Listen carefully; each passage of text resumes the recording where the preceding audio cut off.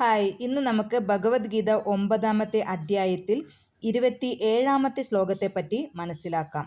കൃഷ്ണനെ എങ്ങനെ ഓർമ്മിക്കാം എന്ന് കൃഷ്ണൻ തന്നെ വിശദീകരിക്കുന്നു. യത് കരോഷി യത്നസി ജുഹോഷി ദദാസ്യത് യത് തപസ്യസ്യ കൗന്ദേയ തത് കുരുഷ മദർപ്പണം.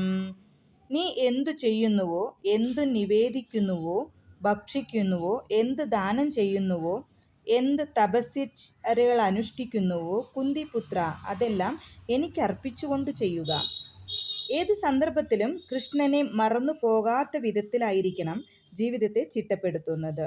ഓരോ മനുഷ്യൻ്റെയും കടമയാണിത്. ആത്മാവും ശരീരവും ഒന്നിച്ച് നിലനിൽക്കേണ്ടതായി എല്ലാവരും കർമ്മം ചെയ്യേണ്ടിയിരിക്കുന്നു.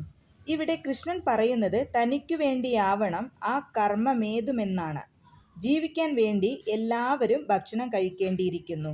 അപ്പോൾ കൃഷ്ണനു നിവേദിച്ച ആഹാരം സ്വീകരിക്കുകയല്ലേ നല്ലത്? സംസ്കാരം സിദ്ധിച്ച ഏതൊരാൾക്കും മതപരമായ ചില അനുഷ്ഠാനങ്ങൾ നിറവേറ്റാനുണ്ടാകും. കൃഷ്ണൻ പറയുന്നു, അതെനിക്കു വേണ്ടി ചെയ്യുക, അതാണ് അർച്ചന എന്നും പറയുന്നത്. ഭിക്ഷദാനത്തിലുള്ള വാസന ഏതു മനുഷ്യനിലുണ്ട്, അതെനിക്കു തരൂ എന്ന് കൃഷ്ണൻ പറയുന്നു. നേടിവച്ച മിച്ചധനമത്രയും കൃഷ്ണാവബോധ പ്രസ്ഥാനത്തിൽ പുരോഗതിക്കായി കൊണ്ട് ഉപയോഗിക്കുക എന്നതാണിതിൽ നീ ഗ്രഹിക്കേണ്ടത്. ഇന്ന് ജനങ്ങൾക്ക് ധ്യാനയോഗത്തിൽ വളരെ താല്പര്യം കാണുന്നുണ്ട്. ഈ യുഗത്തിൽ ഇത് പ്രായോഗികമല്ല.